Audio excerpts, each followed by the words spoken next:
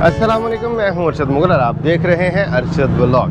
नाज़रीन इकराम, आज मैं अपने प्यारे शहर रावलपिंडी के तारीख़ी बाज़ार राजा बाज़ार आया हूं और कुछ ख़रीदारी करनी है और घूमते फिरते हैं। काफ़ी अरसे बाद आया हूं, देखते हैं राजा बाज़ार की जो नई लुक है वो कैसी है। अब तो पैदल भी आसानी के साथ आप घूम फिर सकते हैं। तो चलें पहले चलते हैं, कपड़ा देखते हैं और क्या कुछ है यहाँ नया वो भी आपको दिखाते हैं जी। अच्छा जी, ये जो सामने आपको सिनेमा दिखाई दे रहा है इसकी भी एक तारीख है। ये है खुर्शीद सिनेमा और इसी सिनेमा के साथ थोड़ा सा आगे जाएंगे तो आपको एक मस्जिद दिखाई देगी। उस मस्जिद और इस सिनेमा की वजह से उस एक क्लैश हुआ था हिंदुओं में और मुसलमानों में, इवन के आप ये कह लें कि मुस्लिम और गैर मुस्लिम का। तो उस पर हम इंशाल्लाह बात करेंगे बाद में। अभी फ़िलहाल जो है आपको साथ रखेंगे जनाब। हम चलते फिरते हैं, देखें आप कितना कंजस्टेड राजा बाज़ार है। अभी भी आप आसानी से चल फिर नहीं सकते। टुरो जी, टुरो टुरो टुरो, मेहरबानी करो। अच्छा, तो यहाँ ये जो चिंगची है, चिंगची रिक्शे, इनका स्टॉप है इस जगह पे। और ये जनाब हम कदीम तरीन बाज़ार के पास पहुंच चुके हैं। इसका ब्लॉग तो खैर मैं आपकी खिदमत में पेश कर चुका हूं, बाज़ार कला का। वो आप देख सकते हैं हिस्टोरिकल बैकग्राउंड के साथ। मैंने उसको रिसर्च करके तरतीब दिया था, उसका लिंक डिस्क्रिप्शन में अवेलेबल है, आप चेक कर सकते हैं। और रास्ता नहीं मिल रहा जी, किधर से जाएं? चलें इधर से ही चलते हैं। अच्छा नाज़रीन, बात कुछ इस तरह है कि मेरी एक आंटी हैं, यूएसए में रहती हैं। वो इस चैनल की वजह से ही मेरा उनके साथ रिश्ता बना है और उनके लिए आज हमने कुछ शॉपिंग करनी है। तो आ जाएं जी, आ जाएं जी। वो आंटी बहुत प्यार करती हैं हम सब से, मेरी पूरी फैमिली के साथ। तो वो बीमार भी रहती हैं अक्सर। आपसे दरख्वास्त है कि उनके लिए आपने दुआ करनी है। खराब होने वाला चीज नहीं है। घर में पूरा बाप है। बस जी, राजा बाज़ार आए तो इसी तरह की माहौल होता है। इधर खुदाई काफ़ी ज़्यादा है दाएं बाएं। अब क्या कुछ बन रहा है ये तो अब नहीं पता। अच्छा जी, अभी हम चलते हैं फैसल क्लॉथ मार्केट, कुछ बेडशीट्स देखते हैं, फिर उसके बाद देखते हैं क्या कुछ हमें।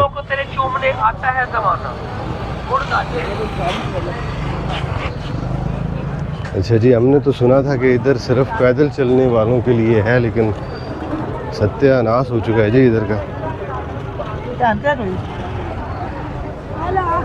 अच्छा जी, ये सामने है जी फैसल क्लॉथ मार्केट।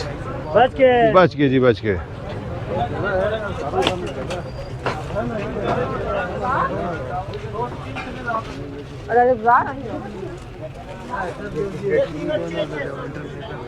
डिजाइन ये वही ना, यही डिजाइन, इसके अलावा माशाल्लाह जी, डिज़ाइन अच्छे हैं इनके पास। 4 मीटर एक्स्ट्रा कपड़ा दे दूँ। सही। और कौन कौन से हैं इसमें डिज़ाइन दिखाइएगा। ये लगे हुए हैं, इधर लगे हुए हैं, ये सारे वो लगे हुए हैं। ओके, ये ग्रे कलर भी अच्छा है। ये टोटल 4 मीटर और 9 मीटर कपड़ा लगेगा। और इसी तरह ये कलर्स भी हैं। वाह, माशाल्लाह खूबसूरत है जी। ये जी मेरी आंटी के लिए कौन सा रंग पसंद करेंगे जनाब? अच्छा, ग्रे वाला भी अच्छा है। ये दोनों ये ना, सही है, ये ना, ये भी प्यारा है जी। ज़बरदस्त रेट आप करो तो हम आपसे ले पता क्या पता मेरी ज़बरदस्त ज़बरदस्त। आखिर आप देंगे 50 ये देखें नाज़रीन माशाल्लाह, आप मेरी कम करें हमें एक ये पसंद आई है जनाब, और ठीक है जी आप मुझे हुक्म करें सही है, भाई मैंने ज़्यादा लेनी है ठीक है। और एक ये है जी, वाह ज़बरदस्त, अच्छा आप किंग साइज की लेनी है ये ज़्यादा अच्छा है जी। देखता हूं आप झेलम के लिए हमारा सफ़र शुरू हुआ सुबह 10 बजे और इस वक्त हम एक्सप्रेस वे पे हैं, इस्लामाबाद की एक्सप्रेस वे। यहाँ से हम रवात जाएंगे और रवात से फिर इंशाल्लाह फर्दर हमारा सफ़र कंटिन्यू होगा।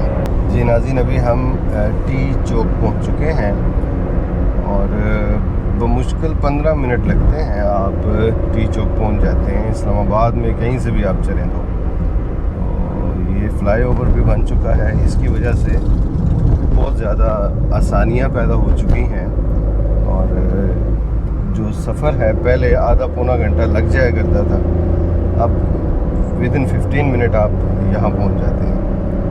तो इस जगह पे आके अक्सर लोग कंफ्यूज होते हैं, तो यहाँ से आपने अगर वापस जाना है इस्लामाबाद तो इस जगह से आप मुड़ेंगे, अदरवाइज़ आपने सीधा ही जाना है। अगर आप रावलपिंडी की तरफ जाना चाह रहे हैं तो फिर आगे एक प्रोटेक्टेड यू टर्न आएगा, वहाँ से आपने यू टर्न लेके फिर जीटी रोड से होते हुए आपने चले जाना है जनाब रावलपिंडी की तरफ।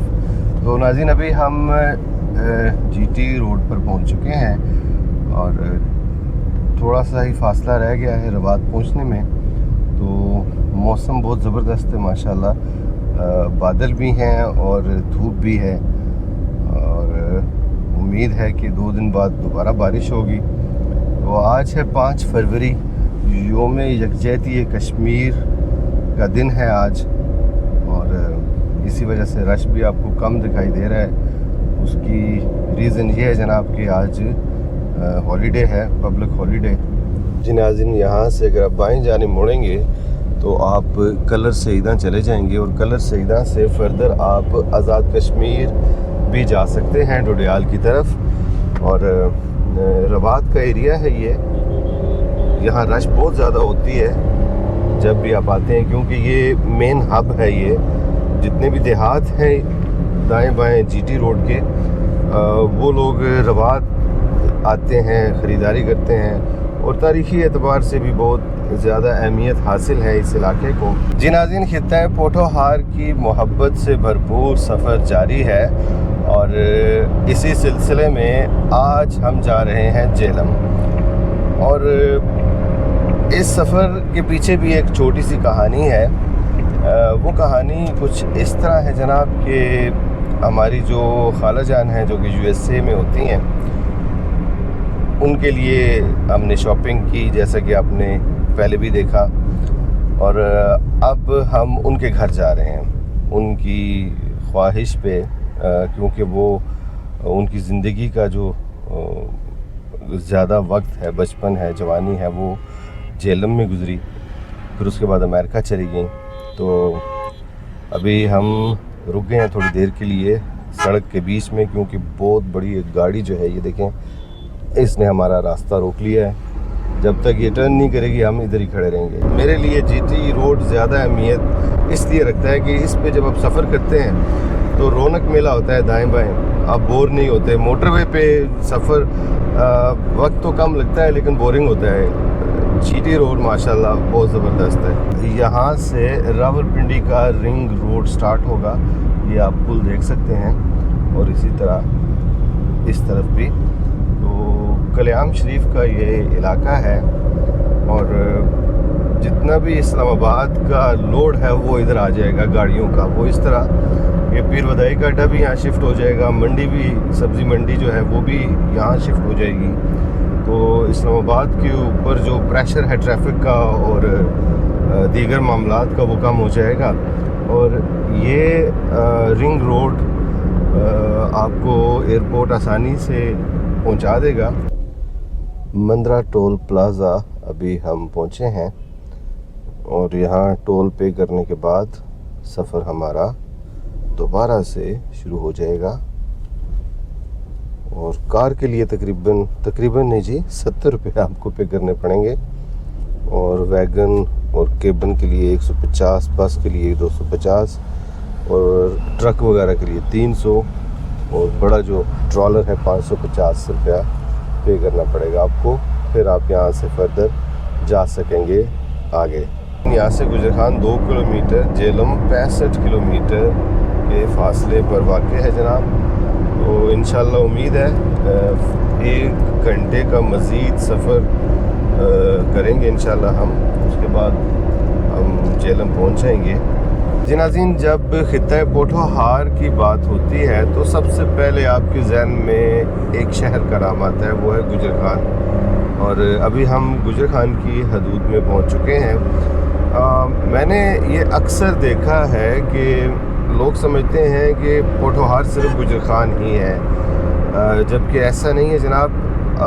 पोठोहार जो है वो जेलम से शुरू होता है और दरिया अटक का जो पुल है, यानी जब आप पेशावर की तरफ जा रहे हो तो जो पुल आता है वहाँ तक इसकी हदूद है। फिर चकवाल और उसकी तहसीलें, अटक और उसकी तहसीलें, रावलपिंडी की तहसीलें, मरी और उसकी तहसीलें, जेलम और जेलम की तहसीलें, ये तमाम इलाका जो है वो खित्ता पोठोहार में आता है। और अपने जोग्राफिए के बारे में जो है वो ज़रूरी है कि आपको इल्म हो, आपके बच्चों को इल्म हो। और कई लोग ऐसे भी मुझे मिले हैं, वो हैरान होते हैं सुन के कि पंजाब का कोई ऐसा इलाका भी है जिसको पोठोहार कहा जाता है। तो खित्ता पोठोहार के ऊपर मैंने एक तफसीली, बल्कि 2 एक साथ मैंने बनाई हैं, जियोलॉजिकल हिस्ट्री ऑफ पोठोहार। इनका लिंक डिस्क्रिप्शन में अवेलेबल है। बहुत ही इंटरेस्टिंग सी एपिसोड्स हैं जो बहुत मेहनत करके मैंने आपकी खिदमत में पेश की हैं।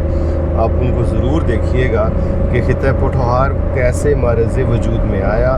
और अभी तो जियोलॉजिकल जो एक्टिविटीज़ हुई थी या सेस्मिक एक्टिविटीज़ हुई थी उसके बारे में मैंने आपको बताया है।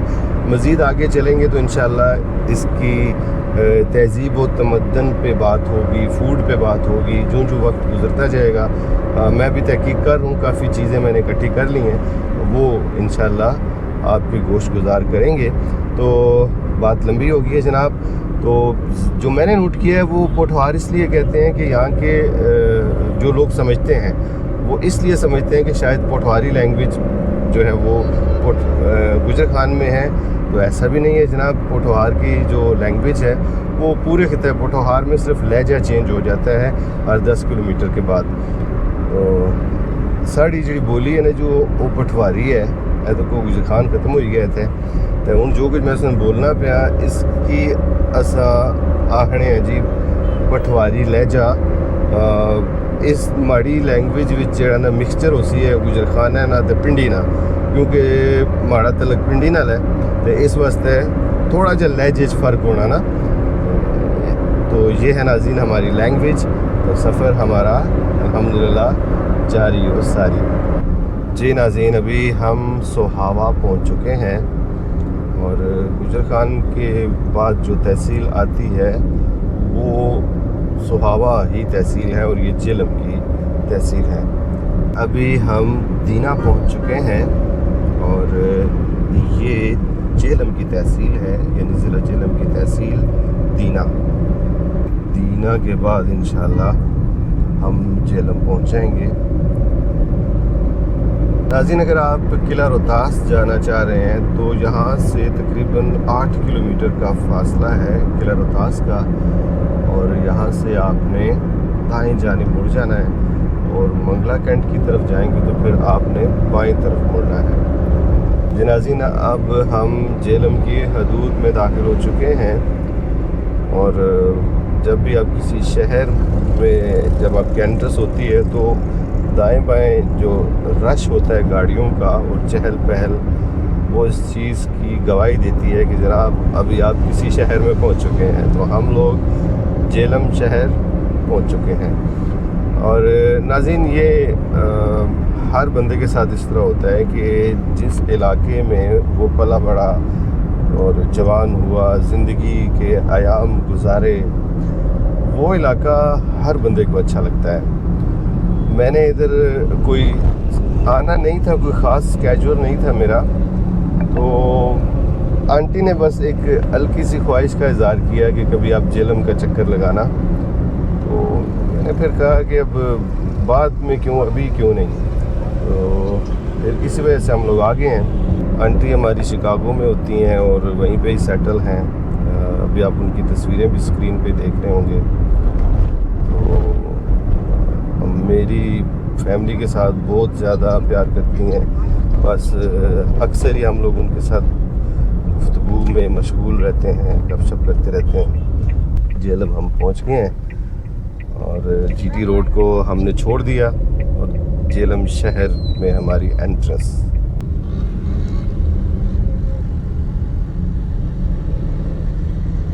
जिस शहरा पे अभी हम सफ़र कर रहे हैं ये पुराना जीटी रोड है, यानी ओल्ड जीटी रोड। यहाँ से अब हम मुड़ जाएंगे बाईं जानिब। ये है जी।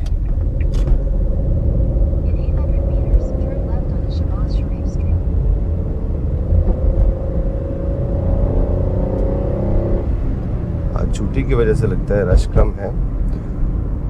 तो मैं वो आपसे अर्ज़ कर रहा था कि जिस इलाके से आपका ताल्लुक़ होता है उनकी सड़कें, गलियां, मोहल्ले और मकामात आपको अच्छे लगते हैं, और जब आप मुल्क छोड़कर चले जाते हैं तो फिर उन इलाकों से आपकी मोहब्बत दुगनी हो जाया करती है। झेलम की भी अपनी एक तारीख़ है, हिस्ट्री है, और बरतानवी राज, सिक्खा शाही, उससे पहले मुगलिया दौर, ये जितना भी वक्त है इसके ऊपर, इस तारीख़ के ऊपर हम बात कर सकते हैं, लेकिन आज नहीं करेंगे जनाब। आज आपको करंट सिचुएशन पे मबनी ही व्लॉग आपकी खिदमत में हम पेश करेंगे।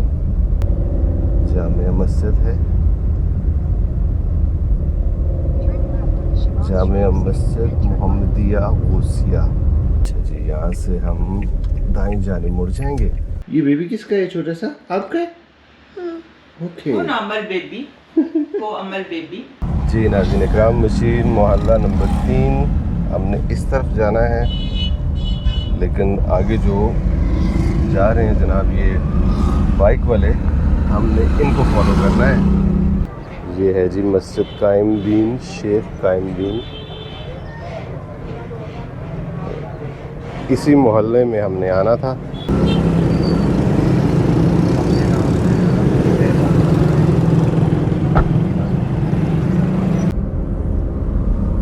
जी नाज़रीन, अब हमारा सफ़र वापसी के लिए शुरू हो चुका है और अभी हम मुजाहिदाबाद, मखदूम आबाद, हमारी बाईं जानिब है, इस तरफ से गुज़रे हैं। तो बहुत अच्छा लगा सब लोगों से मिल के, और मौका ही नहीं मिला कि आपको किसी और एरिया की सैर करवाते, क्योंकि जहाँ भी गए हैं बस मेहमान नवाजी की वजह से हम कहीं जा ही नहीं सके। नाज़रीन ओवरऑल बहुत ज़बरदस्त एक्सपीरियंस हुआ, नए लोगों से मुलाकात हुई, और जो हमारे मुल्क का दुर्र इम्तियाज़ है कि जब मेहमान आपके पास आ जाए तो आप पूरी कोशिश करते हैं कि उनको खाली हाथ वापस ना लौटाया जाए, उनको खिलाया पिलाया जाए पेट भर के। तो उसी तरह का आज का एक्सपीरियंस था। और ये झेलम शहर से अभी हम रवाना हो चुके हैं इस्लामाबाद के लिए। सोहावा से पहले आपको ये मोड़ दिखाई देगा, ये बड़ा डेंजरस है, बहुत लंबा सा कर्व है इसका। ये इधर एहतियात से गाड़ी चलानी चाहिए। शाम के साए भी ढलना शुरू हो चुके हैं, और सामने अगर आप देखें तो आपको छोटी छोटी पहाड़ियाँ दिखाई दे रही हैं। तो ये है जी वो खूबसूरती पोठोहार की, जिसका मैं तस्करा करता रहता हूँ गाहे बगाहे। इस तरफ भी आप देखें तो आपको ये पहाड़ दिखाई देंगे। अभी हम सोहावा के करीब पहुँच चुके हैं।